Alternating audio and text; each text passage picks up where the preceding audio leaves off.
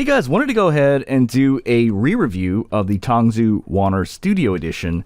So in the new format, I don't care about trying to find IEMs that are super neutral. I'm just going to tell you what it sounds like or what I think it sounds like and to go from there.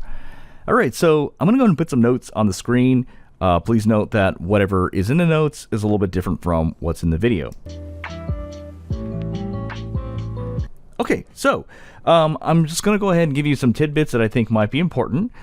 So when you get the Wan'er Studio Edition, the ear tips, they give you Tangzu, I think either wide bore or balance bore. So those ear tips actually don't work with this IEM. Those ear tips work better, in my opinion, with warmer IEMs that need a little bit of brightness. At least I think so, right? It's subjective.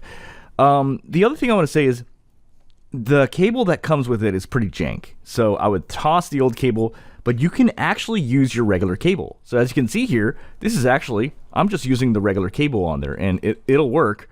And as you see here, the plastic, it'll work.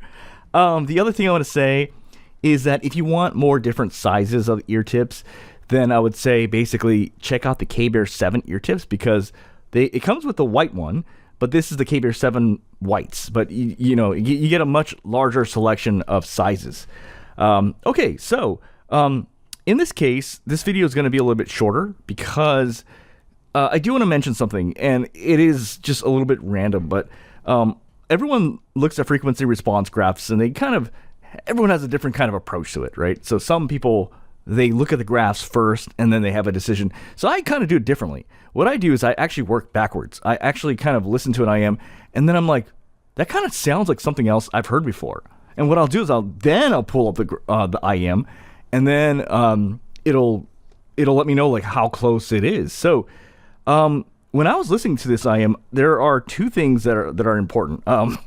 So the first is, I was like, when I started listening, I was like, I don't think this even sounds better than Wan'er Red Lion, So I busted out the Wan'er Red Lion, and I found that when I listened to them, their vocals sound really, really similar. Like, they're really similar, but this just has more bass.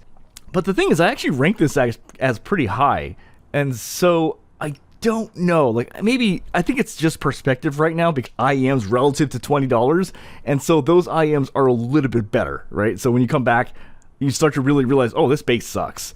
Or like, oh, these vocals suck, But I kind of want to bring up another point. See, this IEM is discontinued. It's hard to find it. So you may be searching around trying to find this IEM and realizing there's all these weird shipping costs and things like that. And I want to venture to tell you, and this is something I didn't even figure out until today, you may not have to. There already is something that sounds just like this. It's the Kiwi Ears Cadenza V2. I wasn't even trying to find this. It just happened. I was listening to this, and I haven't listened to this in like a very, very long time.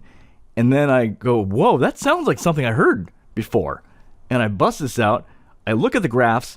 Yes, there's two graphs here. One is a 5128, and one is a 711 graph by Audio Amigo. Dude, they're fucking like this on both of them. The fact that a 5128 graph shows that closely is not saying it's identical. It's saying they're pretty much damn near close. And then when you look at Audio Amigo's graph here, that's freaking close, man.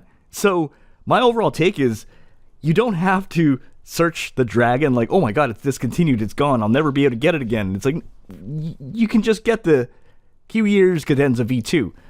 And that may not be a bad thing. There's a lot of good reviews about the Kiwi Ears Cadenza V2. A lot of folks like it.